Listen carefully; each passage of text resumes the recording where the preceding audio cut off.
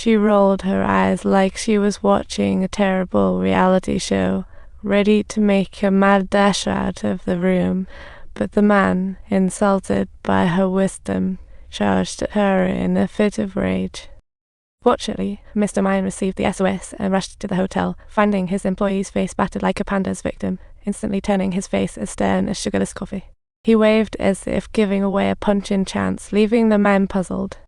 Mr. Mime pulled her into the room, staging catch the leader first. Instantly robbed of his fighting spirit, the man became as obedient as a little bunny in front of Mr. Mine, having to cough up a small fortune to settle things. Mr. Mine merely pulled out 2 bills, as casual as arranging flowers in a vase. This time, the woman refused to continue, aiming to survive in an industry experiencing a wild ride. Her sisters recently vanished as if in a magic show.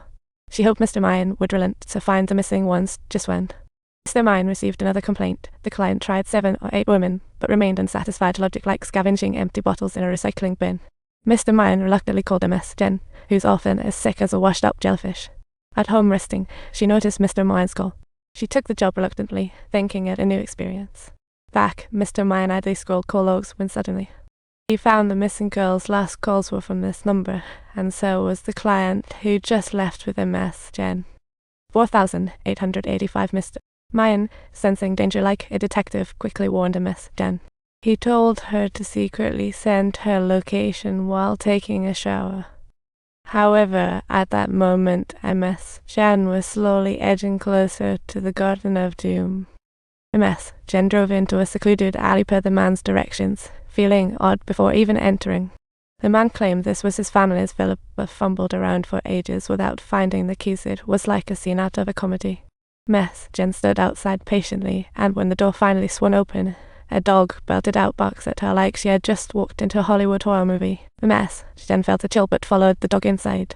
She then excused herself to the bathroom and sent Mr. Mine her location.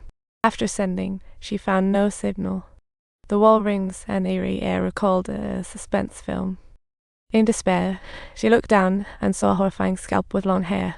She wanted to scream but held it in.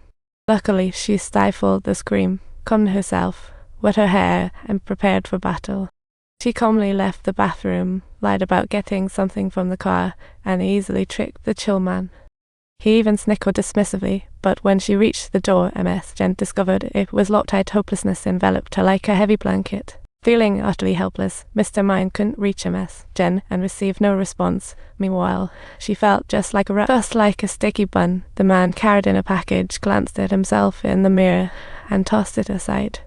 Inside, an array of odd tools, Ms. Zhen watched in despair as the man calmly picked and hung a meat hook on the wall. He smiled, brushed Dodgen's hair aside, chatted casually, and mentioned her familiar colleagues. In her mind, the final drama of despair was unfolding. She shivered uncontrollably, but the man reveled in her fear, ripping the cloth from her mouth. The intense terror made Ms. Zhen too scared. Tears of despair fell as she thought of her 7-year-old daughter. Mentioning her child, she tried to appeal to his conscience, but he ignored her completely. The man didn't intend to spare her. He retightened the gag, seized a hammer and spike, pressed it to her back, and struck her temple hard with a cold iron. Ms. Zhen desperately dodged, but the man cursed, pressing her head down and bringing the hammer down with renewed force. Miraculously, it broke through the floor again. Ms. Zhen's struggles made steering impossible, causing a missed hammer swing. It smashed down on his finger instead. The man now completely lost it, angrily hammering down like thunder on a clear day. There was suddenly silence, the man looking down at her shattered scalp with not a hint of regret, when suddenly the doorbell rang. The man, irritated, cursed as he dressed like a character from a thunderous game. An elderly couple arrived, inquiring about the villa owner. The man rudely dismissed them, but the dog warmly welcomed them.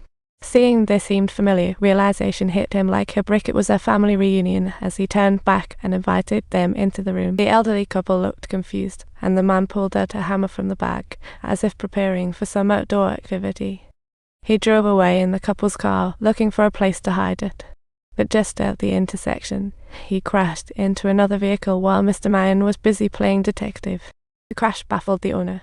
Mr. Mine tapped the window, calling himself the insurance messenger, while the man hesitated. The car wasn't his. Avoiding trouble with Mr. Mine, he said he'd handle it, making Mr. Mine suspicious. Mr. Mine noticed blood on him, and her suspicion grew, trying to check his number when the man hastily threw it into reverse.